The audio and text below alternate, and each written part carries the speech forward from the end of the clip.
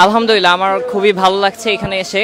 আর এখানে আসার মূল কারণ ছিল যে আমরা তো আর বন্যা এলাকায় স্টুডেন্ট হিসাবে ওই এলাকায় যে মানুষদের সাহায্য করতে পারবো না, এখানে এসে যেই শ্রমটা দিচ্ছি সেটা তাদের ত্রাণের প্যাকেজিংয়ের জন্য যে শ্রমটা দিচ্ছি সেটা তাদের জন্য উপকৃত হবে, সেজন্য ভালো লাগছে। আর সাথে আরেকজন বন্ধু এসেছে, ও ভিতরে কাজ করছে।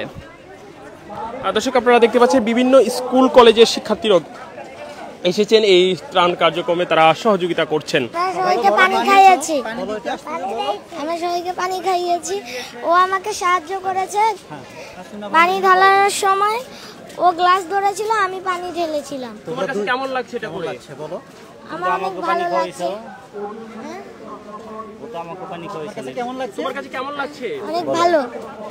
এই ছোট দুইটা বাচ্চা প্রায় সকাল থেকে ওরা মানুষকে পানি খাইয়েছে এবং এইখানে বিভিন্ন শ্রেণী পেশার মানুষ রয়েছে এবং আমরা সবাই সকাল থেকে যারা 7টা থেকে এসছে এবং তারা একমাত্র আল্লাহকে সন্তুষ্টির জন্য এবং দেশের যে বন্যা দুর্গত মানুষ যারা যারা আছে তারা যেন সুন্দরভাবে মানে তাদের কষ্টটা যেন লাঘব হয়, এই জন্য আমরা সকলেই স্বেচ্ছাশ্রম দিচ্ছি এবং আমরা এখানে কোনো বেনিফিটস আমরা কারো কাছে আশা করছি না। আমাদের যার যতটুকু সামর্থ্য আছে, এখানে বিভিন্ন ইউনিভার্সিটির স্টুডেন্ট রয়েছে, মাদ্রাসার স্টুডেন্ট রয়েছে, বিভিন্ন মাদ্রাসার শিক্ষার্থী এবং সর্বোপরি বিভিন্ন মানুষের আজকের যেই এই কর্মযজ্ঞ চলছে বিগত 3 দিন যাবত, আমরা আসন্না ফাউন্ডেশনের মাধ্যমে আমরা সারা বাংলাদেশের হিন্দু, বৌদ্ধ, খ্রিস্টান যে কোনো সম্প্রদায়ের মানুষ যারাই বন্যা দুর্গত আছে, আমরা সকলকে তাদেরকে আশান্বিত করতে চাই যে তারা সকলেই আল্লাহর উপর নির্ভর করে ইনশাআল্লাহ আমরা তাদের পাশে আছি এবং আসন্না ফাউন্ডেশন অবশ্যই তাদের পাশে আছে এবং আমরা আমাদের এই স্বেচ্ছাশ্রম চালিয়ে যাব যতদিন পর্যন্ত বাংলাদেশের এই বিপর্যস্ত পরিস্থিতি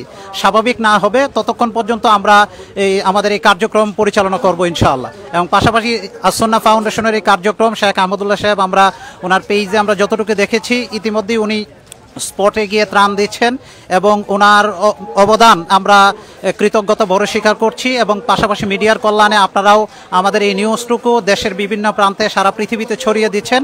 আপনাদের কালবেলাকে আমরা ধন্যবাদ জানাচ্ছি এবং আপনাদের জন্য দোয়া, শুভকামনা এবং ভালোবাসা জানবেন।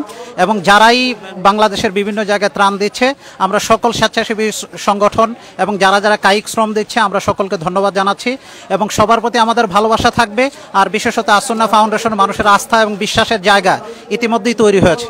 আমাদের ভাইয়েরা যে সমস্ত সকাল থেকে স্বেচ্ছাশ্রম দিচ্ছে, আমরা সকলকে বলতে চাই সকলের ভালোবাসাপূর্ণ, সৌহার্দ্যপূর্ণ বাংলাদেশ গড়ার বিনির্মাণে আমরা কাজ করে যাচ্ছি এবং দেশের সকল মানুষদের জন্য তারা যেন আমাদের জন্য দোয়া করে এবং এই বন্যা পরিস্থিতি থেকে আল্লাহ তাআলা যেন বাংলাদেশকে রক্ষা করে, এই দোয়া আল্লাহ তাআলার কাছে করব।